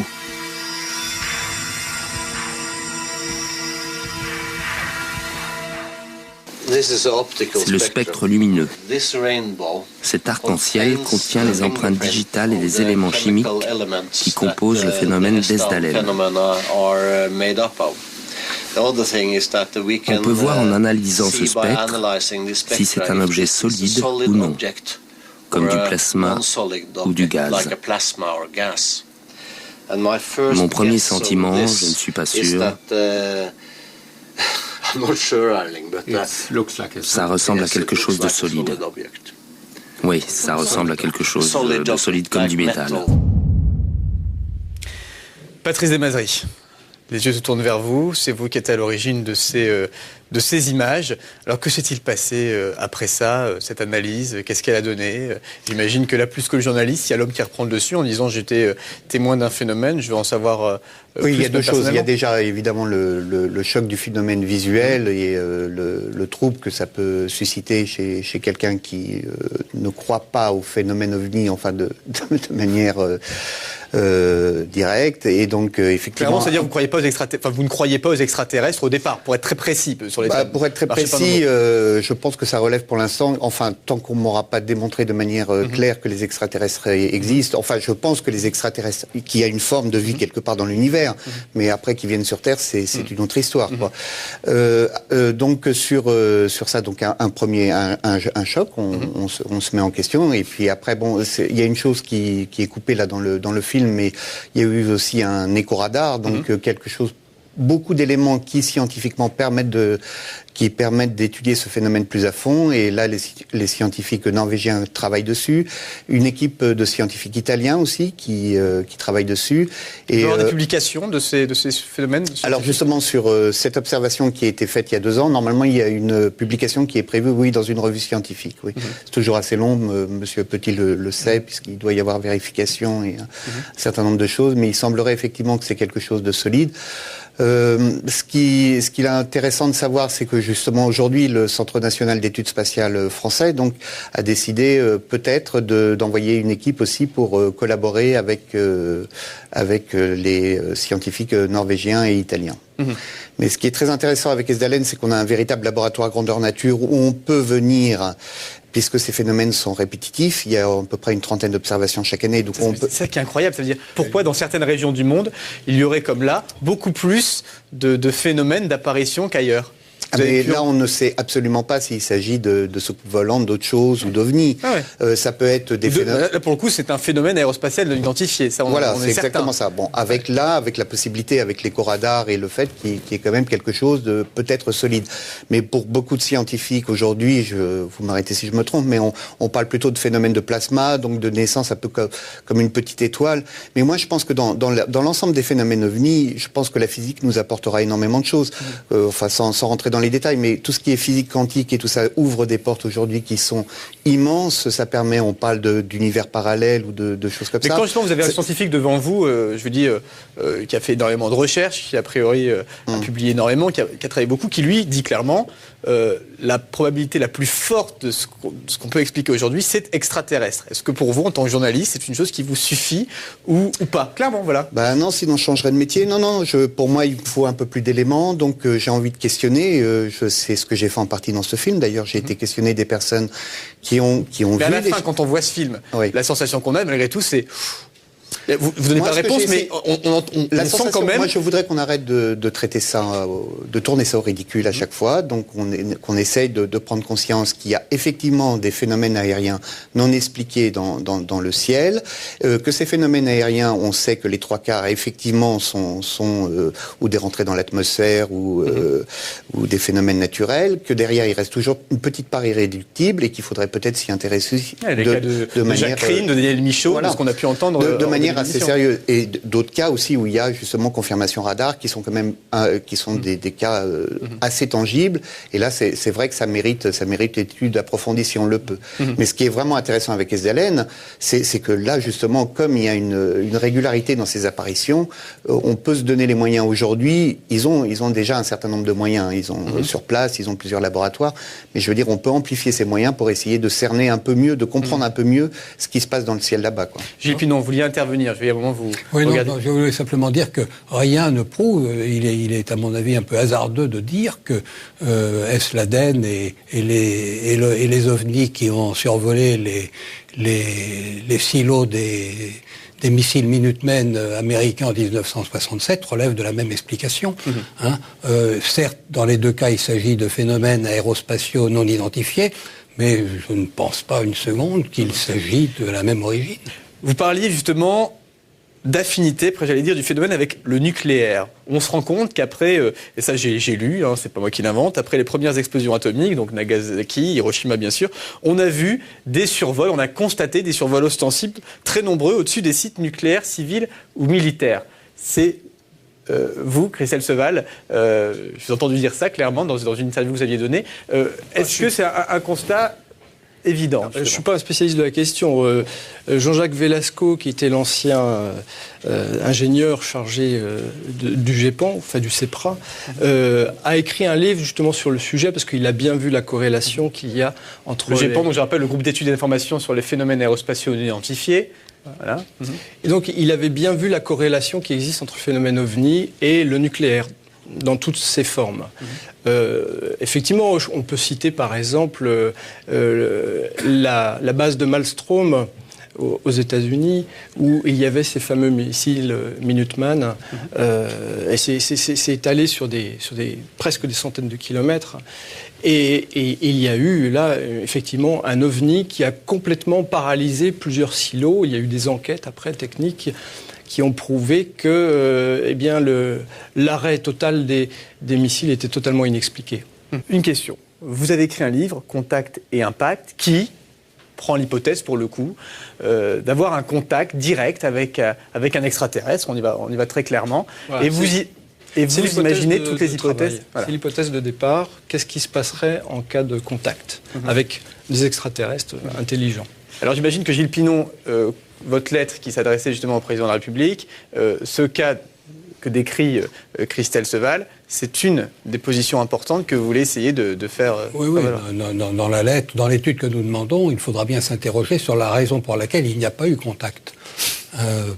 Et Christelle Seval et moi-même avons les mêmes conclusions finalement, c'est que si le phénomène n'est apparemment pas hostile, il est éminemment dangereux. Il est éminemment dangereux parce que s'il y avait un contact brutal auquel nous ne serions pas préparés, nous pourrions perdre la confiance que nous avons dans notre capacité à maîtriser notre avenir. Et ce choc culturel pourrait être très dommageable. Et alors il était intéressant, et Christelle Seval l'a fait, d'étudier les conséquences que pourrait avoir un tel contact, et on s'aperçoit qu'un tel contact serait éminemment dommageable. Alors, comment ça se passerait en fait, ce contact? Dans votre analyse vous a poussé à quelle conclusion? L'histoire nous a appris que les civilisations primitives, exposées à des civilisations technologiquement avancées, sont vouées à s'effondrer. À juste titre, dans le langage, on dit le choc des cultures, le choc des civilisations. Eh bien, lorsqu'il y a un choc, la plus faible est extrêmement vulnérable. J'ai encore en tête ces photos qui ont fait la une de la presse il y a 1 ou 2 ans, qui montraient des Indiens d'Amazonie en train de tirer avec leurs arcs et des flèches sur l'hélicoptère qui survolait le village de façon tout à fait fortuite, quoi. Manifestement, ces Indiens n'avaient jamais rencontré d'homme occidental et de technologie, et c'était la première réaction qu'ils avaient instinctivement, une réaction de peur et de défense. Et il ne faut pas se tromper, nous sommes... Exactement, nous sommes la tribu primitive et aujourd'hui, nos arcs et nos flèches, ce sont nos avions et nos missiles. Et d'ailleurs, il y a beaucoup de témoignages de pilotes qui ont tiré sur des ovnis parce qu'on leur a donné l'ordre de tirer. Par exemple, Jean Kissling, qui a témoigné il n'y a pas longtemps, un pilote français. Donc, dit alors avoir eu l'ordre clairement de tirer sur un ovni. Il était instructeur aux États-Unis sur une base américaine. Ça se passait en 1945. Et on lui a donné l'ordre d'aller chasser des ballons-sondes suspects. Et lorsqu'il s'est approché des ballons-sondes, il a vu ceux-ci se transformer en disques. Et il a quand même tiré avec ses 8 mitrailleuses. Et il est revenu. Bon, maintenant, il témoigne. C'est dans une nouvelle association qui s'est créée, dans une association savante qui s'appelle... La 3AF. La 3AF, exactement.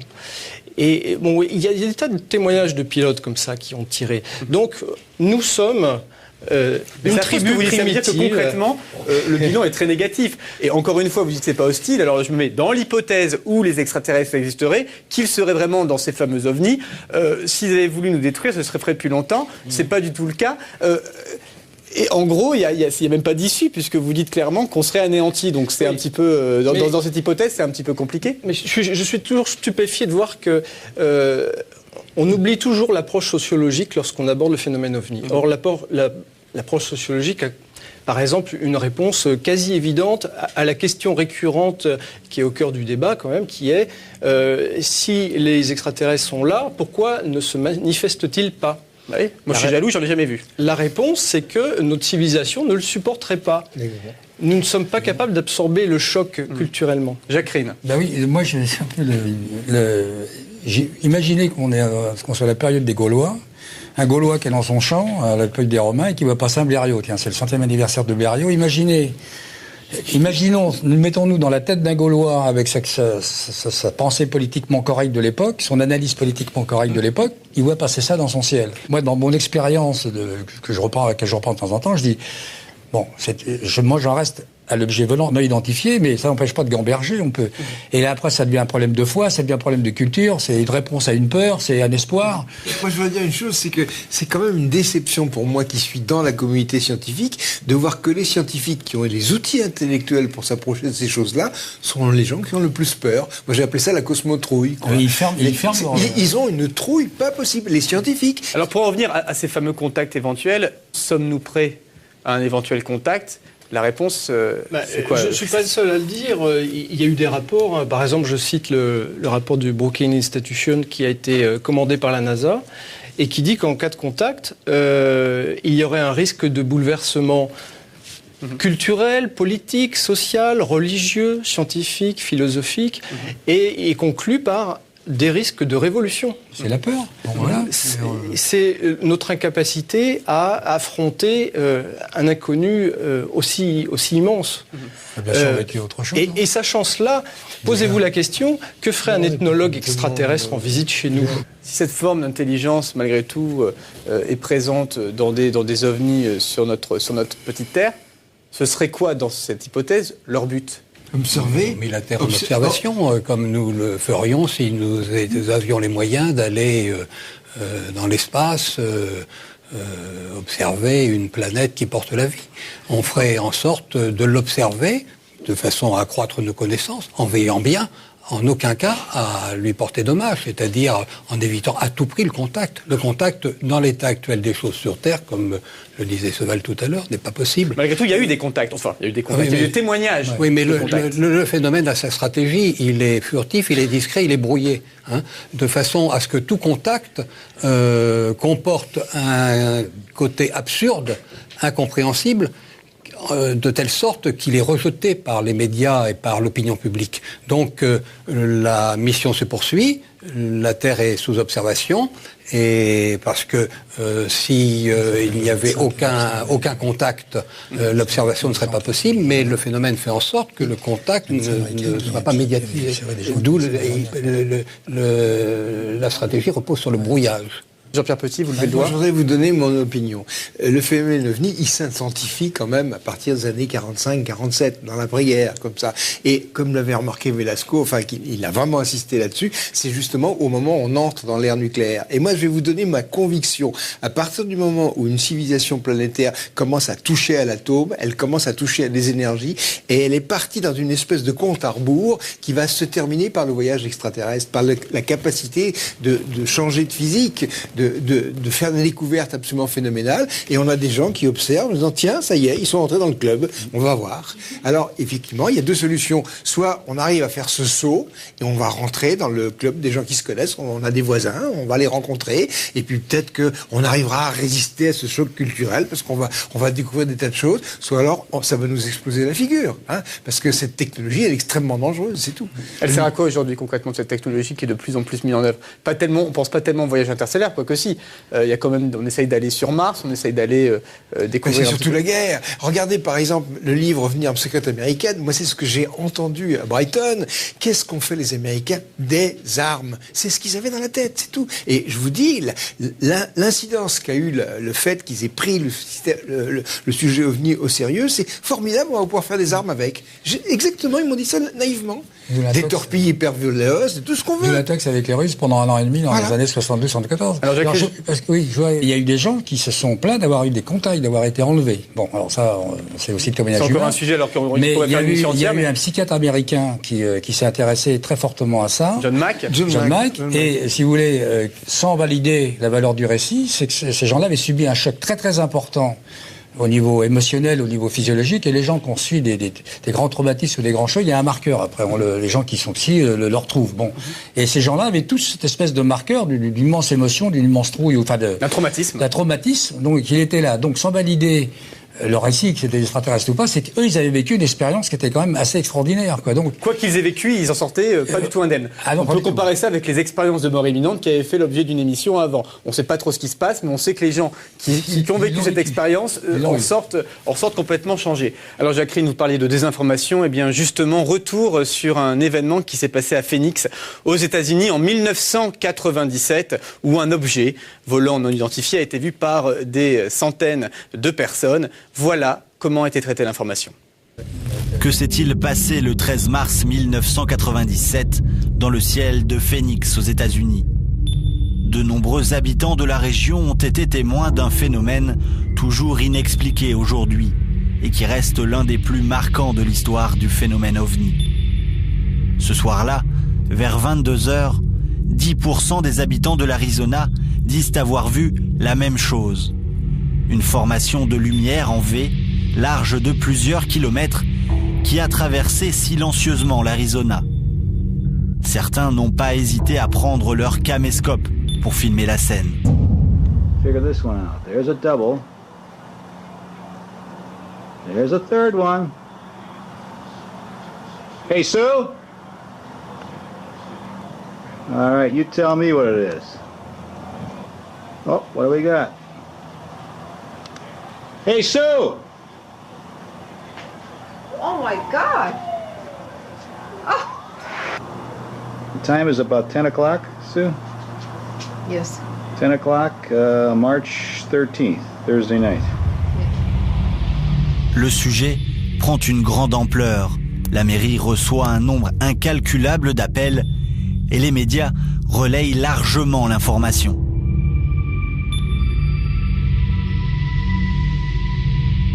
Pourtant, le gouvernement décide de tourner l'affaire en dérision lors d'une conférence de presse 3 mois plus tard. Maintenant, je demande à l'officier d'escorter l'accusé dans cette pièce afin que nous voyions tous le coupable. Ne le mettez pas trop près de moi. Que s'est-il réellement passé cette nuit du 13 mars 1997 au-dessus de la ville de Phoenix? Est-il plus facile de nier ou de tourner au ridicule ce que nous ne sommes pas capables d'expliquer?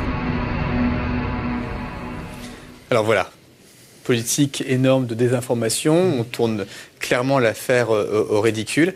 Patrice Desmazeries, je sais que vous êtes allé également à Phoenix, mener votre enquête. Réaction par rapport à ça?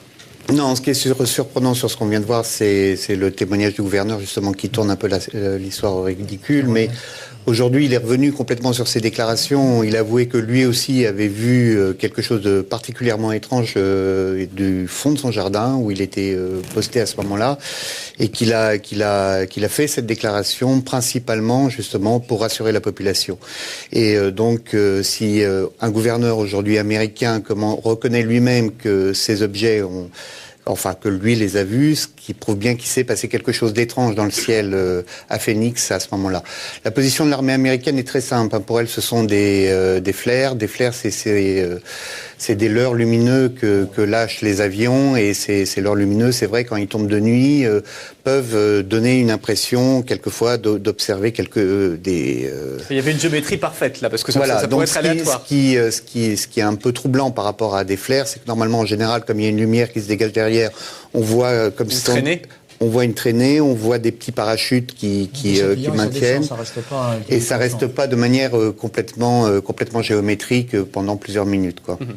Donc on essaye de trouver une explication à ce qui, ce qui aurait été intéressant, c'est parce qu'il y a quand même plus de 700 témoignages là-bas de citoyens américains. Ce qui aurait été vraiment intéressant, c'est qu'il y ait une enquête officielle menée, comme toujours, et ça n'a pas été le cas. Donc ce sont des témoignages avec des personnes à chaque fois qui ont vu quelque chose d'assez énorme. Certains parlent de choses qui ont la taille d'un terrain de football, donc c'est quelque chose d'assez fort. Avec parce que là, on voit une vidéo comme ça d'assez loin, mais des personnes qui ont une sensation physique de l'objet qui passait au-dessus d'eux quand ils le voyaient, quoi. Donc, sans voir le contour sans arriver à voir le contour total, quoi. Alors, Christelle Seval, on se rend compte aussi dans les témoignages qu'il y a des contacts répétés. Certaines personnes vont bizarrement voir plusieurs fois, vont être témoins plusieurs fois de phénomènes. Est-ce qu'on a une explication par rapport à ça? Effectivement, on a constaté dans les témoignages, à la fois les témoignages d'abduction, c'est-à-dire d'enlèvement, et à la fois les témoignages d'observation visuelle, on a souvent remarqué que les témoins, en fait, n'en étaient pas à leur première observation, et que c'était récurrent dans leur vie.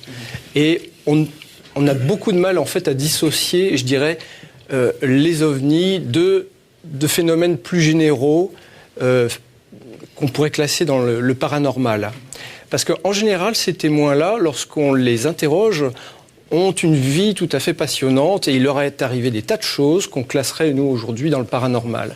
Donc on a l'impression qu'en fait, les gens qui ont des observations rapprochées ou des visions particulièrement fortes ont des aptitudes psychosensorielles qui les amènent à voir beaucoup d'autres choses bizarres aussi dans leur vie. Donc il y aurait des individus un peu prédisposés à voir ou en tout cas à observer ces phénomènes. Si on écoute les témoignages, oui. Par exemple, les abductions, quand on fait des régressions sous hypnose pour essayer de refaire ressortir dans la mémoire des abductés ce qui s'est un petit peu passé, on se rend compte souvent qu'ils ont été abductés depuis leur enfance. Et que c'est récurrent chaque année, on arrive à des nombres incroyables d'enlèvements. Alors, est-ce que c'est vrai, est-ce que c'est pas vrai? En tout cas, le témoignage, lui, il est sincère et il est vrai. Écoutez, je pense que cette émission arrive à son terme. On va faire un petit tour de table où je vais donner le mot de la fin à chacun d'entre vous, en commençant par vous, Julien Geffray. Je pense qu'il y a des choses à faire aujourd'hui. On est au début du XXIe siècle. Ça fait plus de 60 ans maintenant que le phénomène est massif. Nous, on a décidé de reprendre des études de MHD un peu que Jean-Pierre Petit avait menées dans les années 70 pour un peu montrer aux gens avec des vidéos des choses qui sont peu connues, expliquer aux gens un peu, apporter de l'eau au moulin de cette thèse véhiculaire, parce qu'on a aujourd'hui des possibles explications sur comment un tel engin peut se déplacer. Pendant longtemps, on a nié le phénomène parce qu'on disait que c'était impossible de se déplacer à ces vitesses-là. Donc encourageant, on poursuit les études et on essaie de voir plutôt dans côté scientifique. Monsieur Pinon, Gilles Pinon. Eh bien, oui, nous avons vu que le phénomène OVNI met en question la science, mais il met aussi en question, comme nous l'évoquions à l'instant, notre capacité à maîtriser notre avenir, et c'est la raison pour laquelle on comprend bien que le phénomène se montre discret au point d'éviter le contact jusqu'à ce que nous soyons suffisamment préparés pour le supporter sans dommage. Tôt ou tard, il faudra bien établir ce contact, mais ce contact, nous devons nous y préparer, et aujourd'hui, ça n'est certainement pas l'heure de le provoquer. Jacques Crine, qui côtoie les cieux régulièrement. J'écoutais toutes ces théories, c'est vrai que moi, je crois qu'il faut rester en état d'écoute attentif et bienveillant, parce qu'on n'est peut-être pas arrivé au niveau de conscience, au niveau technologique, déjà pour expliquer ou pour comprendre, et puis pour peut-être effectivement avoir un contact. Ça, c'est un supplément d'âme qu'on doit attendre, peut-être. Christelle Seval. Mais il y a le pionnier russe des fusées qui disait « La Terre est notre berceau, mais peut-on rester toute sa vie dans un berceau ?» Voilà. Belle image, belle image. Patrice Desmazeries, le journaliste. Oui, moi sans parler d'OVNI, parce que je pense qu'on va très vite, je pense qu'il serait quand même intéressant d'étudier déjà les phénomènes aériens non identifiés qui traversent le ciel un peu partout, et qu'on se donne les moyens, c'est vrai, d'avoir une structure qui puisse l'étudier de manière scientifique et sérieuse. Pour éviter aussi certains abords et certains dérapages, quelquefois. Voilà. Audacieux et des manipulations. Et enfin, Jean-Pierre Petit.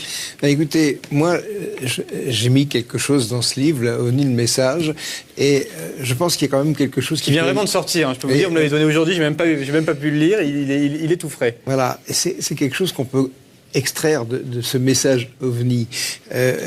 Moi, je dirais que ce que ces études m'ont apporté, c'est surtout de réfléchir à ce qui se passait sur Terre. Sur Terre, on a un phénomène qui est le vivant. Et qu'est-ce que fait la vie? La vie, elle se complexifie, elle étend son champ relationnel. Ça, c'est la phénoménologie. C'est ce qu'on constate depuis que la vie est apparue sur Terre. Elle étend son champ relationnel. Alors, à ce moment-là, si la technologie n'existe pas, ça s'arrête à la Terre. Parce que c'est pas un goéland avec des ailes gigantesques qui va pouvoir aller dans les autres étoiles. Donc, la technologie serait un point de passage obligé pour arriver à quitter la Terre. Et dans la mesure où, moi, c'est un peu mon idée, parce qu'on a toujours des croyances. La pensée, c'est un système organisé de croyances.